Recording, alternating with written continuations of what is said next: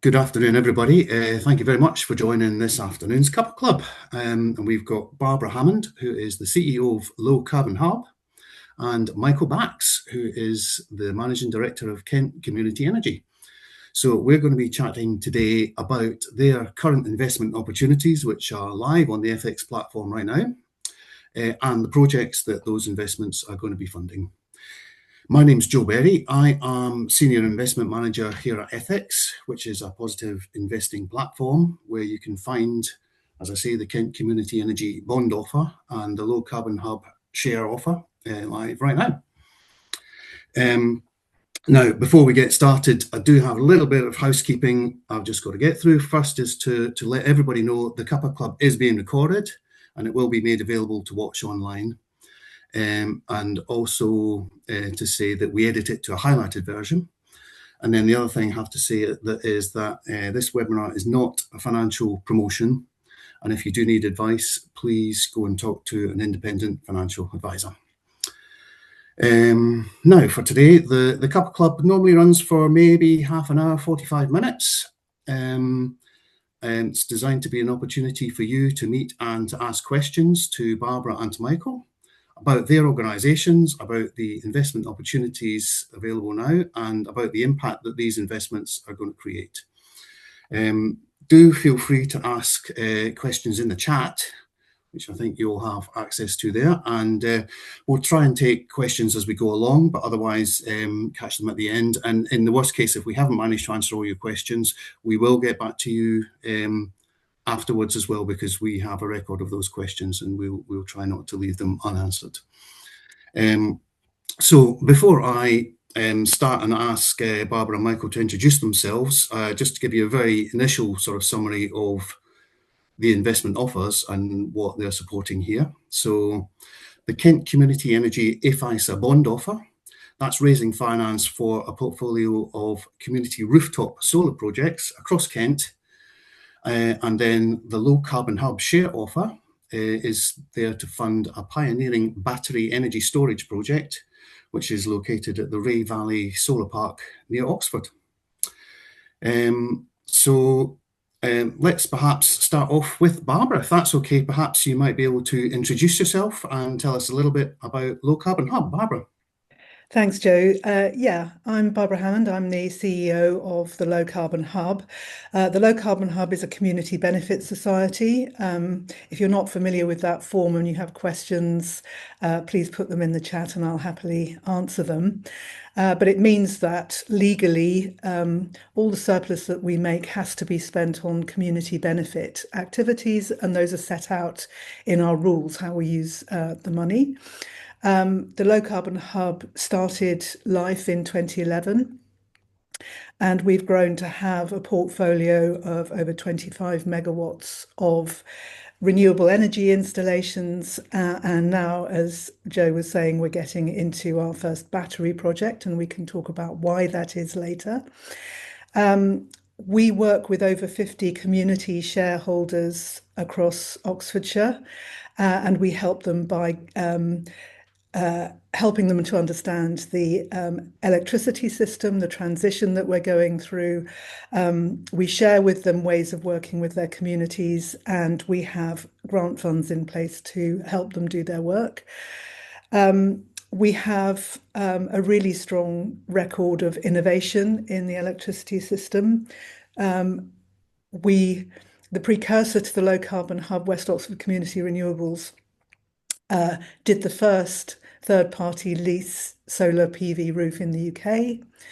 The Low Carbon Hub has worked with SSEN, our distribution network operator, on groundbreaking innovation projects about how to manage what's called the grid edge, where we all live and work through the transition.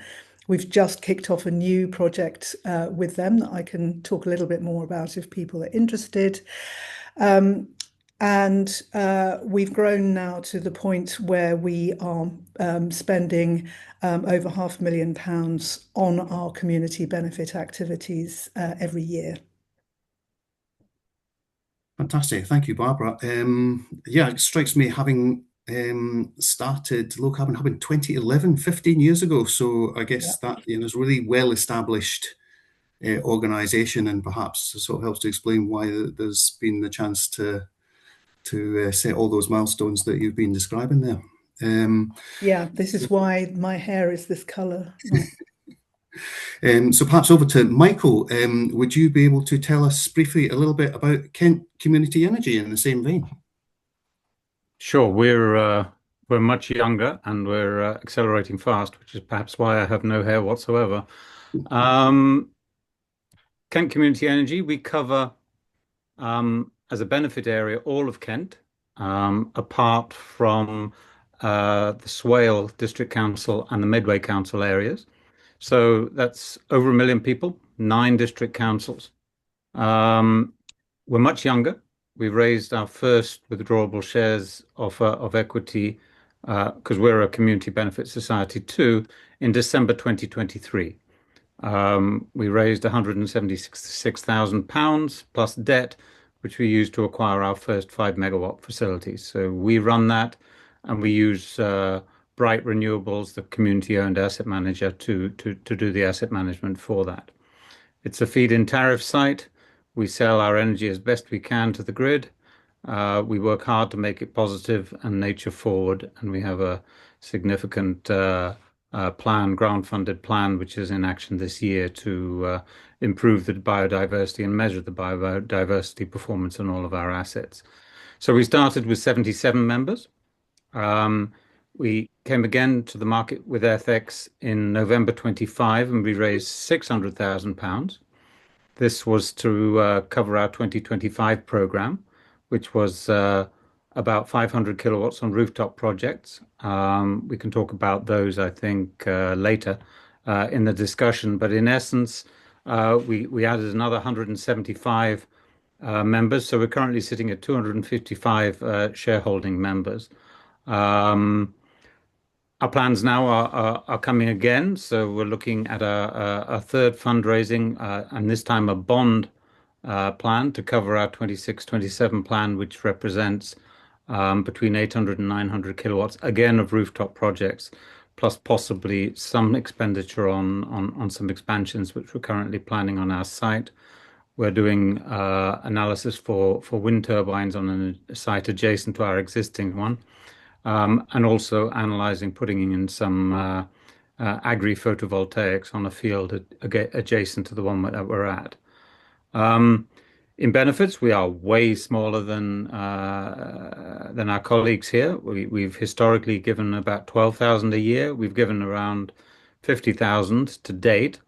This year's budget is 30,000, so the route of increase is significant. And as we close out the projects, we anticipate that this should move to 100,000 annually. And in terms of permanent staff, well, you're kind of looking at it. But the funds have allowed us to add our first extra staff member who's coming on board shortly, and we'll add another one later in the year, both of them on a part-time basis. So we're looking to ramp up our activities, both in investing and in community engagement, and then in benefits as quickly as we can. Fantastic. Thank you, Michael. So, I genuinely hadn't realised that you were as young as a 2023 establishment, because I think the scale and the range of activities that you're getting involved in already at this stage is reflective of a really well-established and well-organised community energy association. And I think that's reflected if you look at the offer document on the website. Right. Very impressive to see what Kent Community Energy have done in the time. Well, yeah, I mean, our board has responded to the challenge. There are a number of models, of which the low carbon hub is one of them that we would look at in terms of trying to echo and mimic and follow. And so we set out to expand our financial capacity, broaden the number of members, and really put a market down as being the community energy company for Kent. And so we're advancing along all of those fronts as fast as we can. Fantastic. So I have a few questions I'd like to sort of throw at you both to see if we can go through some of the details of these offers. So, Low Carbon Hub and Kent Community Energy, the investment raises here are supporting very different community energy projects, the two of them. So perhaps to jump in and ask Michael first, perhaps you could tell us a little bit about the community solar projects that the current bond is there to fund. What Okay. are the projects? Where are they going to be? And what are the benefits going to be? Okay, well, I'll go in two ways. Just looking back, because what we did with the money last time, so we're well in hand with what we did there. Our first project was on top of the Romney Hythe and Dymchurch Railway. I checked the readings before I came online. We are delivering about 60% of the energy they're consuming right now. Wow. We would like to be consuming higher, but we couldn't stick any more on top of the Dungeness railway station. We have an official opening with the MP from Folkestone on the 22nd of May. So you can expect to see splashes with lots of pictures of very nice little trains that burn coal. So it was a nice partnership that we could do between a fellow community benefit society that wanted to do good. We believe we're going to save them something like a quarter of their energy bills and about half of their electrical energy consumption. So that's a little model we would like to do. Our second project is a set of council buildings in Hythe, which house a county council library, an Age UK building, some council buildings, and a little pharmacy. So we're hitting a number of clients on a couple of buildings. That is into planning and should start installation in May. We have Village Hall, which will go up also probably in May, waiting for the roof to be ready. And we have a final, much larger one at a community college where we're waiting on the client for ready to go. We've gone through all of our planning permissions and the design is ready. So that's broadly, add them together, that's about 490 kilowatts, which we're very close to implement. This year's set, we have two more colleges in the pipeline that could take a megawatt between them. We have a site, an RSPCA site near Canterbury, keeping kitties warm at night. So we're covering pretty much all of the bases on that one. Council leisure centres, we're discussing with Dover. We've got a large tennis leisure centre and a council office, which is a grade 2 listed building, which is I've told them we'll do the second if we get the first, since it's 4 stories up and will take a horrible amount of scaffolding. We're talking with Canterbury Council on 3 of their leisure centres. We're talking about Tonbridge and Morling, which is a council about 2 of their leisure centres, one of which will be a car park. We're also working to build an agreement with Solar for Schools so that we coordinate our activities with them in Kent, so that we work alongside them as opposed to competing with them, because there's more than enough buildings to put panels on in our county. Nearly 600 schools could do with it. So I would say we have a target-rich environment. Many people paying too much for their energy. It's a matter of finding them, working it out, going through the governance, but we believe that we could spend considerably more than the amount we're about to raise in this year. Our constraints are time and manpower rather than anything else. Thanks, Michael. And yeah, that's a really impressive variety or diversity of different projects in the pipeline to look at there. As you say, it seems like a target-rich environment. Worth perhaps saying Solar for Schools is a very well-established organisation that does exactly what it says on the tin, and I think leveraging that cooperation has got to be very healthy, and I'm sure it doesn't do any harm that Kent is one of the sunniest parts of the country, and it's so it adds a little boost to the economics. Right. So perhaps I can ask a similar question to Barbara. Very different project. Your share offer is designed to fund as I say, a battery energy storage project at the Ray Valley Solar site, which is, as I understand, a pretty large solar park by the standards of community energy projects. Could you tell us why the battery is needed and how it's all going to work? Okay, so if you're confused by anything I say, please put a comment into the chat and I'll very happily reply. Battery storage is needed more and more as we go through the energy transition because we want to be reliant on clean power, and the sources of clean power like solar, wind and hydro are intermittent by their nature because the weather's not always doing the same thing, and solar doesn't generate at night. And so we need to be able to store the energy generated so that we can put it out into the network when people need it. Added to that, as we go through the transition, we will be experiencing times where we've got very good at deploying things like solar, but we haven't yet got very good at deploying the battery storage. And so as we go through the transition, we'll find that solar generated in the middle of the day, particularly in the middle of the summer, will be worth a lot less and may not actually be worth anything. And so to make the most of that energy, we'll need to move it to the times of day where people are using it. Currently, the profile is that we have peaks in the morning and the evening when we all get up to put the kettle on in the morning and we all get home to put the kettle on in the evening. And so the Ray Valley Solar Battery is going to allow us to make the most money we can out of the generation at Ray Valley Solar. We'll also be capturing generation that we currently lose because all solar farms are designed to be larger than their export capacity because they very rarely achieve total peak power. And so the economics suggest that you balance the size again of the installation against the size of the export connection.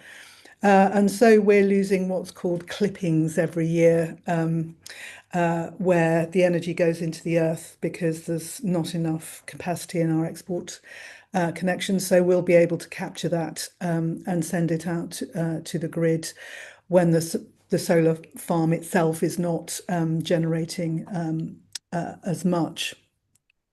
So we expect to capture about just over 800 megawatt hours of electricity that's currently lost through clipping.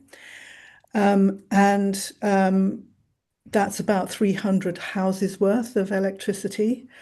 And then by releasing the stored power during times of peak demand, our other mode of operation, we'll deliver another over 100 tons of carbon savings every year, which is equivalent to taking about 45 cars off the road.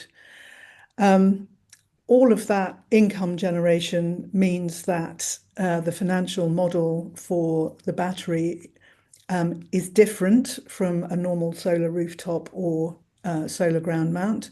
We know that the life of a battery is about 15 years. We know that it degrades over time as you cycle it through the course of each day. And so we've worked with experts to model that so that the book value is naught by the end of the 15 years, and we've paid back all our shareholders by the end of the 15 years and any debt that remains in the project. And in the process, we've generated about £1.3 million of extra community benefit.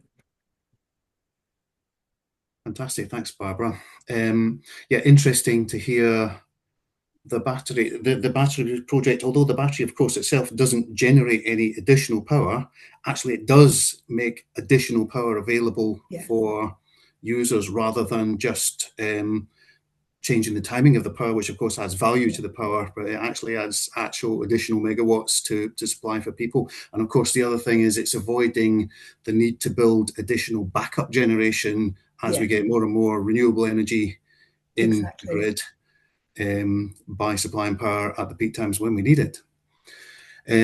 So I guess my next question, this this a bit of a UK first, this battery project in the It context is. of community energy.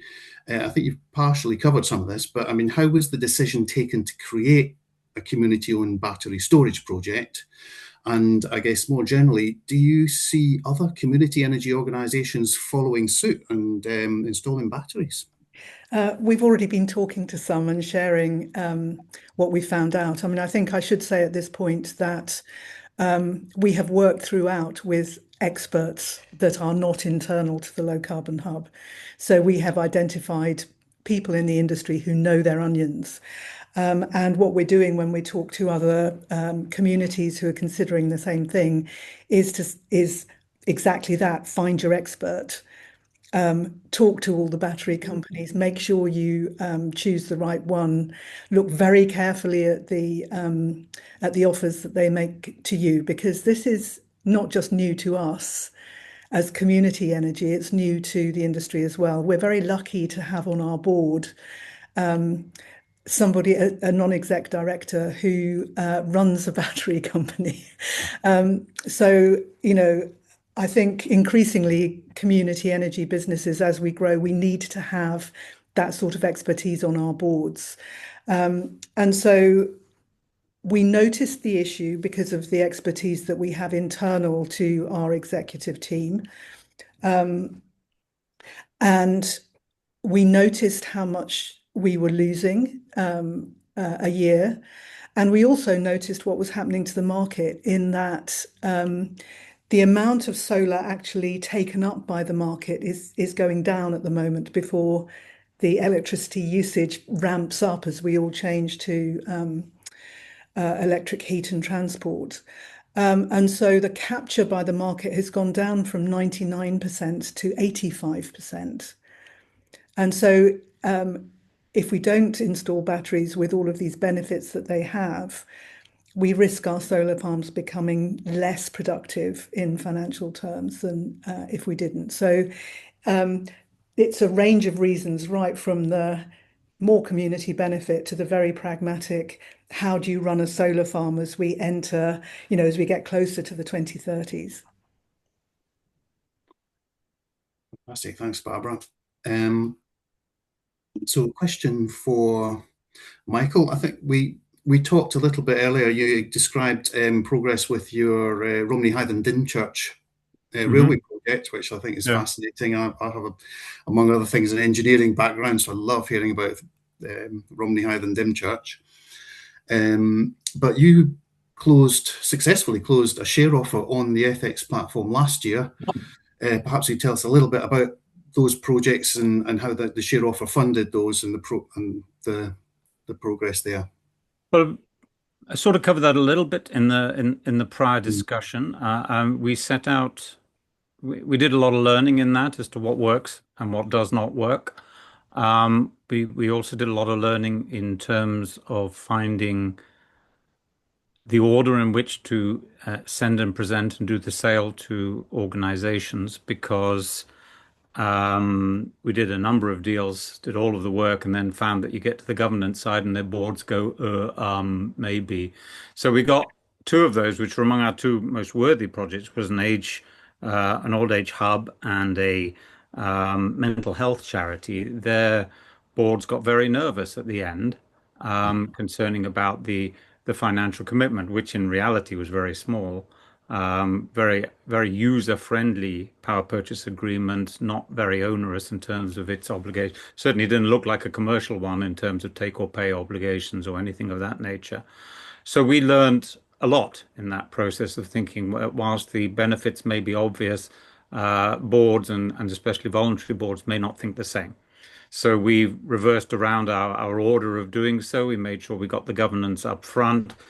We moved to an element of sort of soft commitment much earlier in the process and shared with them the documents to make sure that they got over those hurdles. And so we've learned and refined our business processes. And those two fell away, but we found others to take their place. I'd like to echo a little bit what Barbara said, though. As a community energy company, we too are very aware that the solar capture rate will decline. Britain at the 88, 90% level is low. If you're in Spain, it's 50% today. And whilst they may have more sun, that's the direction of travel. So if you've got a solar asset, and you're all generating at the same time, the value of that good will go down. So batteries will become essential. We're also looking on our site. Getting the interconnect is the difficult thing in the UK system. But a solar site on its own uses probably 12% of the capacity of that interconnect. So you've got a very valuable pipe. You're not putting much through it.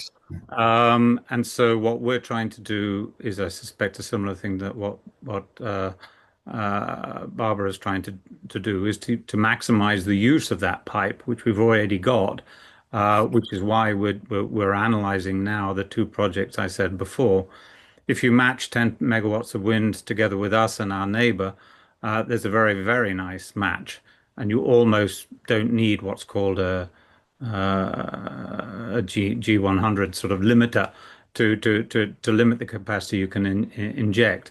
If you add agricultural photovoltaics and north-south facing, you generate more in the morning and more in the evening than in the daytime. So you compensate the shoulders of generation that your existing generation's doing as well. So we are, hungry to make sure that our existing assets keep relevant and keep generating, especially while we have feed-in tariff benefits, but then for the life beyond that afterwards.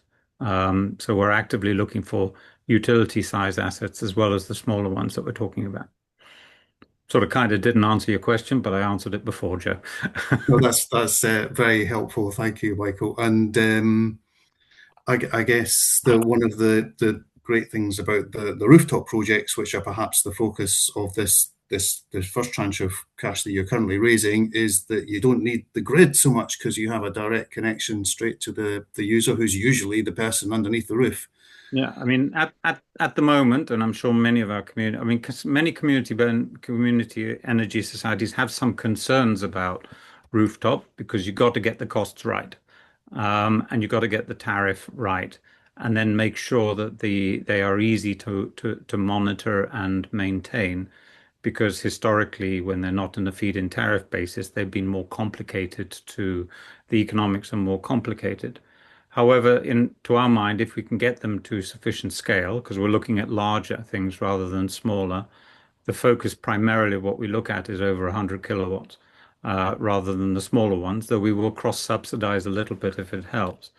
But to my mind, if you are a school, if you are a council office, if you're a private business and you're not thinking about putting solar on your roof at the moment, you're really not analyzing investments. I think the rate of return is probably for doing it yourself, is probably less than 4 years. And if you can find investments which yield an IRR of 25%, then good luck to you. For us, if you're buying it from us, your returns will almost be infinite because they're our returns. I mean, we own the asset, but we can still deliver acceptable returns, with a relatively low cost of capital and make the deal ourselves. So we think that the product is a win-win for everybody at the moment. And electricity prices, whatever the government's going to be doing about generation costs, I can tell you that transmission and distribution costs are going to ramp up at faster than the rate of inflation. So costs will go up over the next decade. And it's a lovely hedge against those costs. And also events in the Middle East and Ukraine as well. Yeah, it's the effect on energy prices of the current geopolitical situation certainly adds a bit of urgency to this discussion.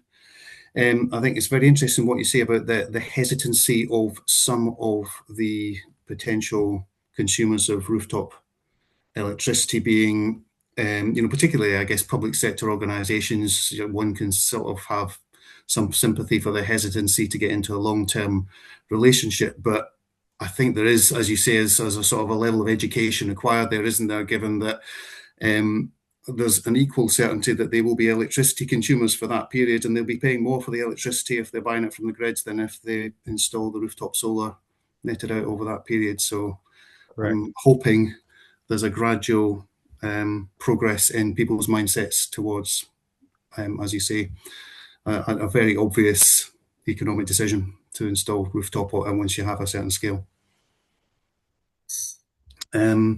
So moving on to sort of another dimension of these organisations, which is the community benefit funds. Now, for both of you, I know the community benefit funds are a big part of the impact that you're creating here. Perhaps to go over to Barbara first, can I ask, what does your community grant fund support, and how is this battery project going to impact this fund? I think you did mention some net profits earlier. Yeah, so there are four main things that are community benefit supports at the moment. Categories, I would say, rather than things. So there's the grant funding we do directly to the community energy groups who are shareholders of the Low Carbon Hub. So they all have if they join the Low Carbon Hub, they all we give them a £1 share so that they have a vote at the AGMs, which we think is important democratically. But we work very closely with them on their activities. And so we have two categories of grant fund. One is what we call a small grant that they pretty much get automatically, that helps them with room hire for events or printing leaflets or, very basic things like that can be a blocker if you're a community energy group that doesn't own any renewable energy and doesn't want to. And then we have our larger grants program that communities can bid into if they want to do a development project. And one that I'm a group that's been particularly successful with this is Low Carbon Oxford North, who have developed their own approach to helping people understand how to reduce energy demand in homes and businesses. And that approach is now we're starting to get grant applications from other communities to take what Low Carbon Oxford North have done and take it into their own communities. So we're sort of generating homegrown approaches that people feel some ownership of and that work in those communities. But it can be anything from that to helping them start a renewable energy project to funding our only transport member that is a little bus company doing the first and last mile for remote rural communities. So it's a really broad range. And we're generally oversubscribed for that, so that we have to go through quite a rigorous process of working with the communities to make sure there are projects that are going to work and have an impact and that can be shared across the 50 membership. The other thing that we use the money for is our Energy Solutions Oxfordshire programme, which helps small and medium-sized enterprises to decarbonise by offering energy assessments and then subsequently offering grant funding to unlock their own investment. And we've been running this now since we started it with an ERDF project back in 2017. And we find that it works really well for SMEs who need quite a big carrot to make it worth their while putting the resources into working out what they can do to reduce their energy bills. We also don't have any rules for them about tenure, as most other programs do. So however short their lease, we can help them.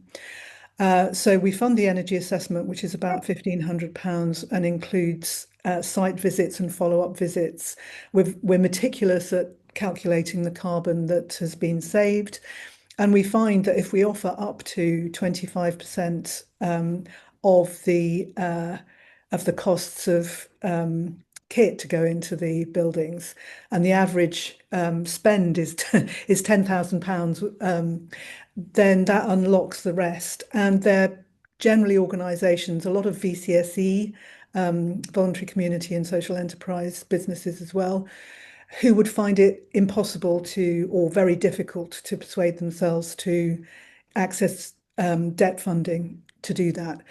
And we've got some brilliant case studies, such as the difference made to the community-owned theatre in Chipping Norton, where, would you believe, the audience was overheating because of the very expensive lighting. So putting in LED lighting makes the audience more comfortable and saves them an enormous amount of money every year. And then the other category of work we do is to support the innovation projects, which is particularly about how we coordinate activity at the grid edge. That's the high voltage and low voltage networks that eventually come through the feeders into your home or your business. As Michael was saying, we really have to spend money on our networks and on our transmission systems if we're going to have clean power. And clean power, by the way, and that investment isn't just about the environment, it's about energy security, as we're experiencing at the moment. The UK is blessed with renewable energy resources. Our offshore wind capacity is unrivaled, probably. But we've got to spend money on how we get the electricity to us all to be able to use it. And we can do that most wisely at the low voltage network, where most of those low carbon technologies are going to be installed in our houses and in our businesses. If communities can work with their distribution network operators to make sure that they're proposing projects that the DNO can support, and that the DNO is being really clear through much better visualization tools, where on its network it's going to have problems, where it needs help to manage peaks for a while before investment is put in, and where it's all fine and you can do pretty much what you like. And then the other thing that we can coordinate working with the DNOs and with the local authorities is how we get help to the most vulnerable people. And I could wax lyrical about that for a long time, Joe. I've taken my time already, so if there are any specific questions, I can do that. Fantastic. Oh, thank you, Barbara. I think it always strikes me that the sort of the elegance of the virtuous circle, where you're getting sort of excess cash generated by these projects, which is then reinvested in the community in things like fuel poverty, but also to leverage additional investment by sort of parallel grants into further projects by other related parties. So I love that sort of aspect of what these organisations are doing. Michael, you mentioned, I think, that Kent Community Energy is aiming to grow your grant funding up to 100,000 per year and above in the relatively short term. Perhaps you could explain what kind of things that grant funding you're proposing to be using that grant funding for. Yeah, well, as we said, we're a baby, so our numbers are much smaller at the moment, but we're growing fast. So historically, we've been able to give about £12,000 away per annum. This year, the budget is £30,000, and next year the target is 100,000, growing as the portfolio grows to deliver it. Our money as profits goes to after we've paid the cost of finance to our shareholders and to our bondholders. Our money goes into one of two places, either new projects or into distributions to voluntary organisations across our benefit area in Kent. We work in delivering money to organisations that work in favour of climate change, not in favour of, against climate change. We're not in favour of it.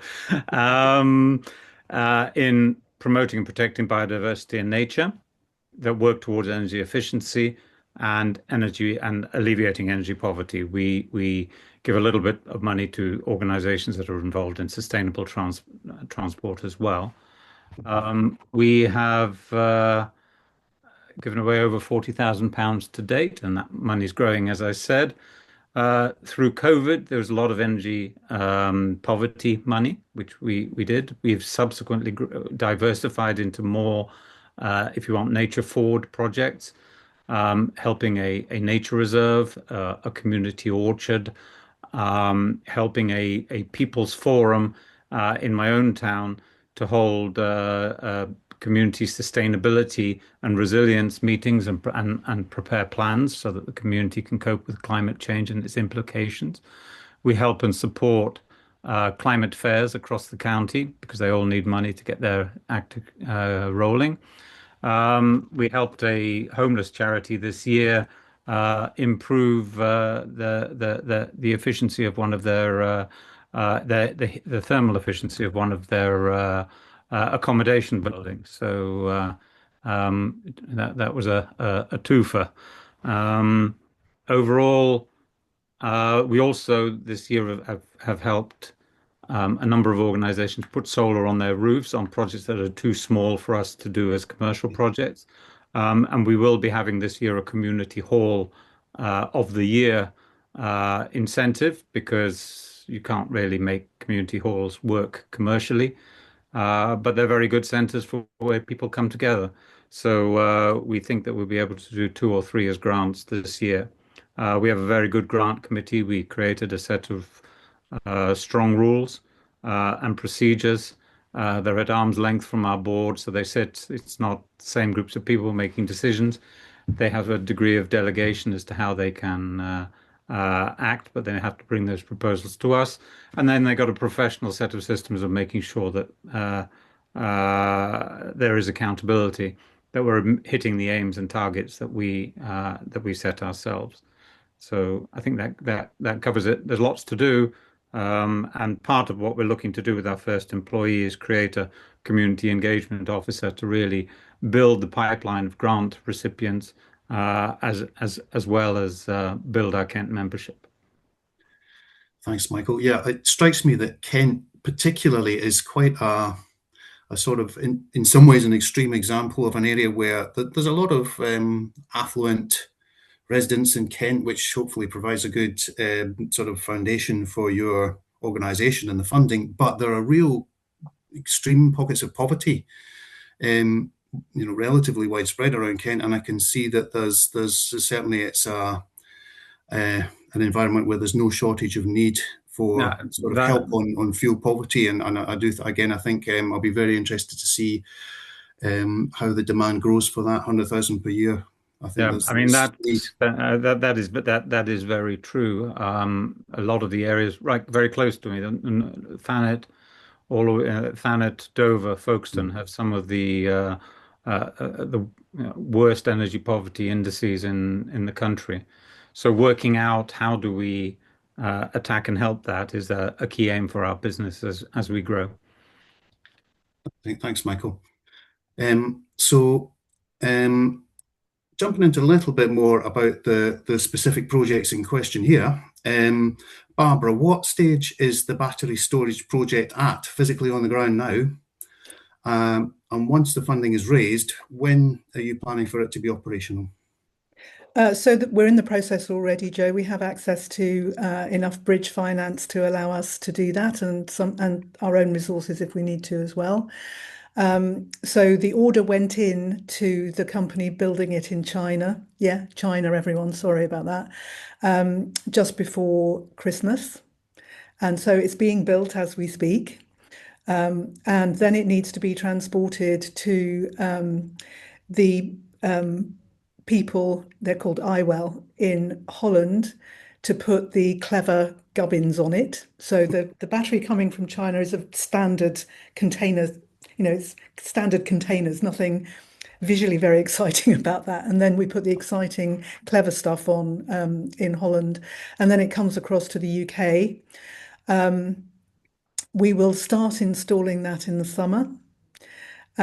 We have a bit of concrete to put in place for it to sit on first, so that it's all nice and level and doesn't.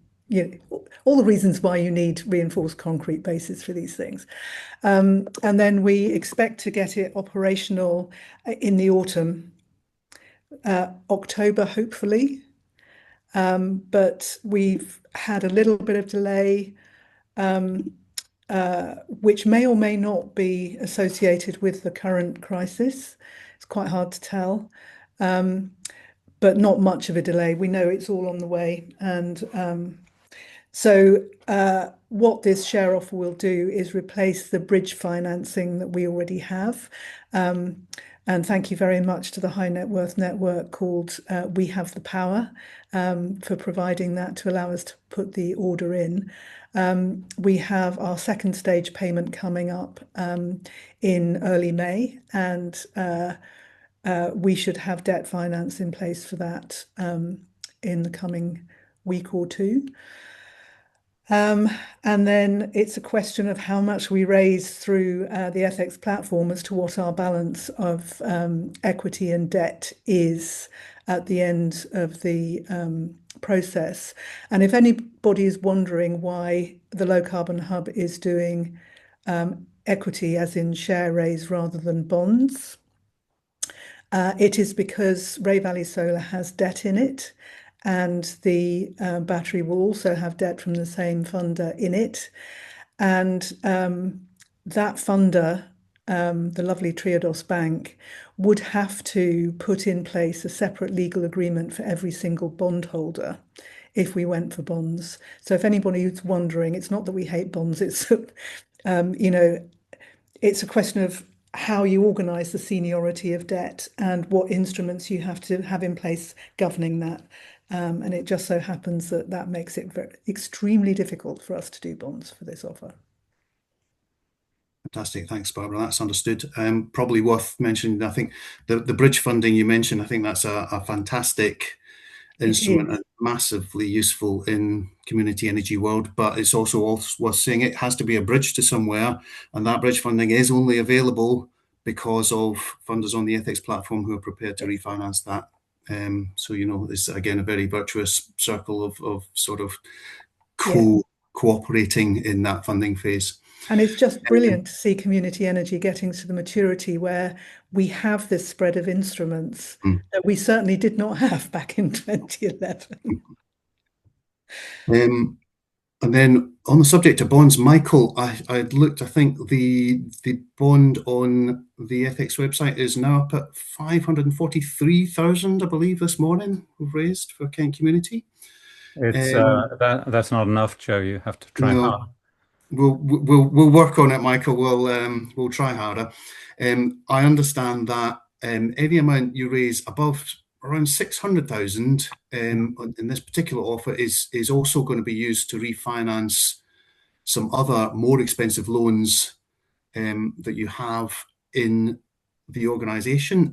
Perhaps worth just explaining how that's going to work and what that will mean in terms of available cash flow, for example, for Kent Community Energy. Yeah, I mean, I think starting off with a point, I think it's important to emphasize to everybody that community energy is not just about a group of people in woolly sweaters trying to save the planet and doing good. It's a business. I mean, it is a serious, proper, grown-up business. Our 5 megawatt asset cost 5 million quid to build. It's got an associated equity and debt structure. As we build on, we have to build a coherent balance sheet, trying to drive down our costs of borrowing, extend the term of our capital as long as we can within what we're allowed to do as a community benefit society, because all debt and all equity in the end is repayable, which is a particularly unique challenge that private companies don't have. So one of the issues that we did in order to get the asset is we had to take a choice. Do we take on the debt that was there, or do we not buy the asset? And we decided that the greater good involved us doing that. We will utilize the funds. Well, let me take 2 steps back. Refinancing that debt allows us to free £100,000 a year in cash flow towards benefits. And so there is a clear point of interest in our doing so, but there's 2 participants in the transaction, the borrower and the lender. So we have to make sure that the terms under which we're able to repay the lender are acceptable to them and acceptable to us. So we have offered a repayment. Our first pitch was not accepted, but we're ready to come back and have a go. But the underlying position is we will do what is best to drive the flow of benefits. Yeah, we think like a company in terms of thinking about profits and being profitable and being sustainable. But in the end, the profits are dedicated towards benefits. So we're looking to maximize community benefit at all times.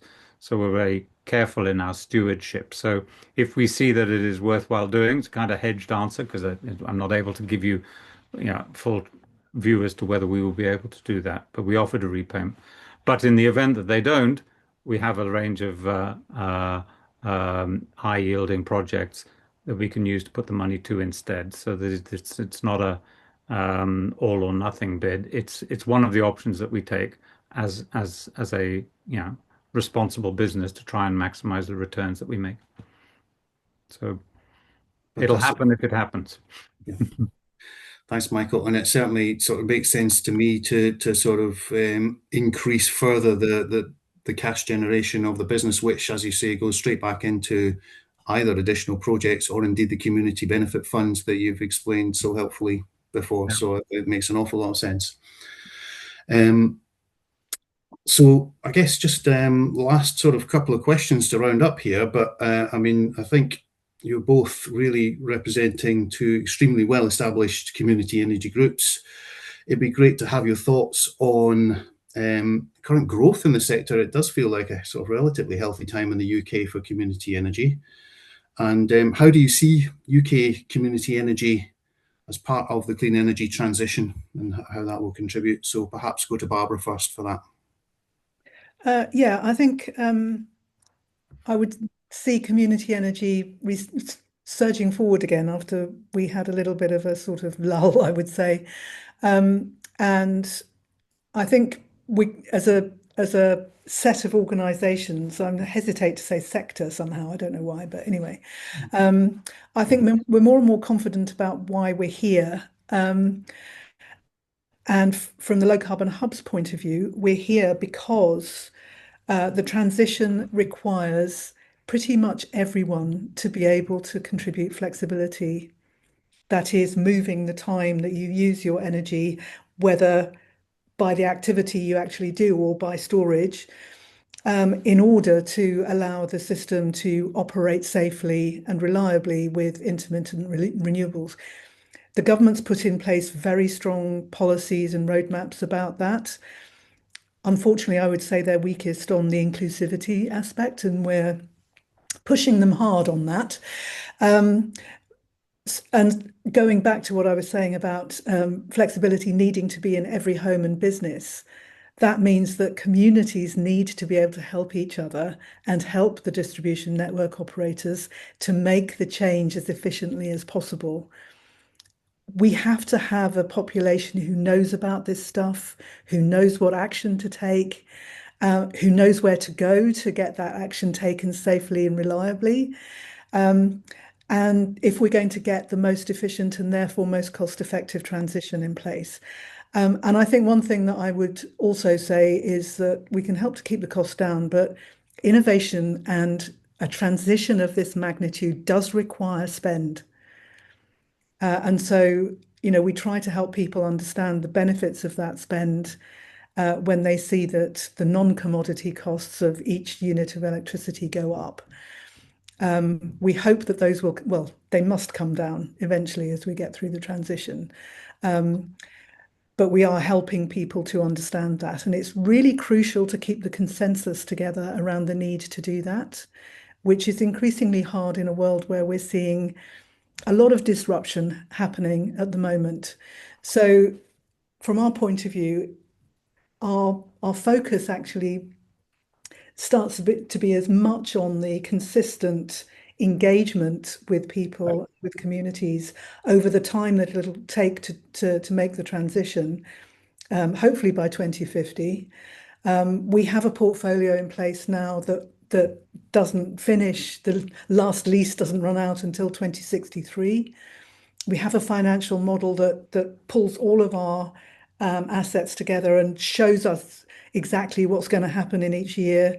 We've done orders of magnitude studies. If we're going to take that role to help the community play its role, we need to triple our portfolio. that's a challenge in current circumstances. And I'd love to know what magic Michael's using, because we're finding it increasingly difficult to land solar rooftops because businesses and academy trusts that are now run increasingly as businesses see a 4-year payback and say, we'll do it ourselves. Yeah. Well, that's certainly part of it, and we have to work them through. But not every one of them has that own funding. We've also worked with a number of people who have grant funding. We managed to gain grant funding in 2 of our projects, and what we've said to them is, look, why not? Why use all of the grant on that if you are able to use it for other purposes?